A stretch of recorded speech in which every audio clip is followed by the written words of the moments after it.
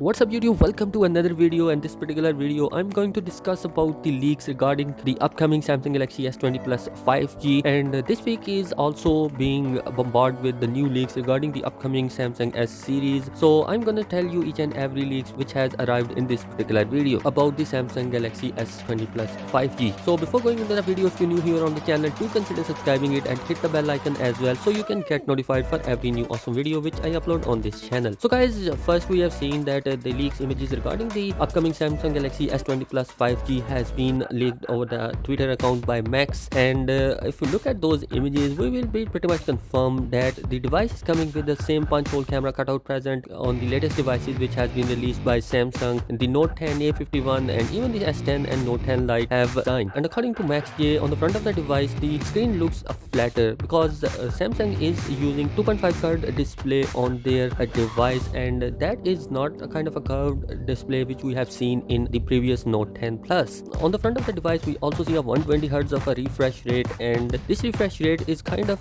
an applauding thing for Samsung because they are providing a 120 Hz of a refresh, but the downside is that they are not providing in QWHD display, leaving only Full HD 120 Hz refresh rate is going to be seen in the upcoming Samsung Galaxy S20, which means that you can't run 120 Hz refresh rate on WQHD. According to my opinion, Samsung is doing this just because to protect the battery, and if 120 Hz refresh rate is to be provided and a load on WQHD, it will drain the battery very fast.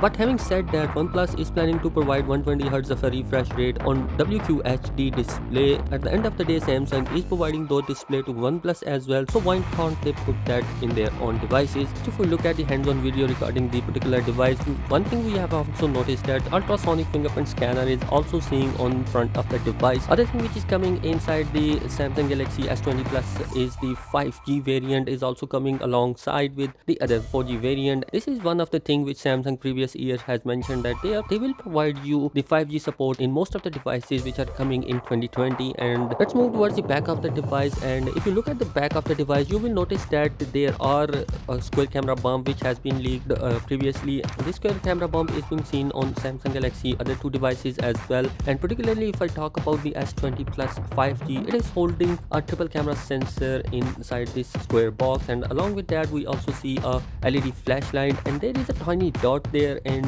it is not been confirmed what kind of a sensor going to be, so wait for the leaks to confirm it. Also, the leaks regarding the camera sensor which are present on the back side has been released by Max J and Shal Agarwal. Also, the Ice Universe has confirmed that on the back side of Samsung Galaxy S20 Plus we are going to see the 12 megapixel of a main camera sensor on the back side, a 64 megapixel of a telephoto lens, and 12 megapixel of ultra wide camera, plus a TOF back camera is also present on the back side, which has an option to provide you 3x optical zoom and a 30x digital zoom. Also, it has an option to record 8K 30 FPS video recording inside the device, which is a kind of a nice thing from Samsung because right now only one or two devices are providing 8K video recording support in their particular device. There are some dummies regarding the upcoming Samsung Galaxy devices has been released by Max J, and we see that the design of these particular devices has been shown on the from the back side. Front side they are pretty much the same, and on the back side the Samsung Galaxy S20 Ultra is coming with a penta camera setup on the back side, and its design is similar to the square camera bump but included a larger square bump on the back side. Even the two other devices, the S20 and S20 Plus,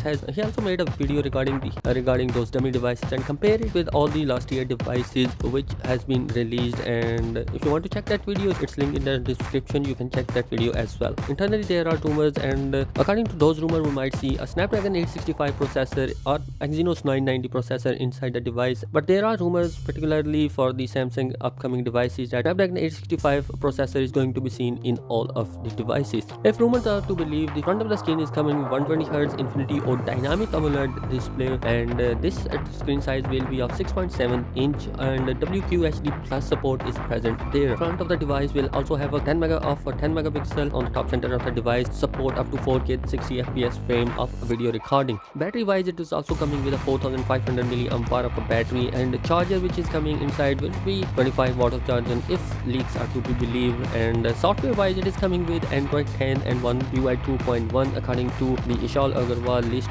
specification which are coming in. So guys, these are pretty much the leaks which are confirming that the device is coming with a new naming. Also the leaks in hands-on videos has been leaked and shows us the design of a particular device, presence of new ultrasonic fingerprint scanner, as well as the Snapdragon upcoming processor or Exynos 990 processor which is coming inside, provide us a clear picture about that particular device. I will be making a video regarding the specification of the other two devices, the S20 5G and S20 Ultra 5G. So if you want to keep updated regarding those as well, you can subscribe my channel.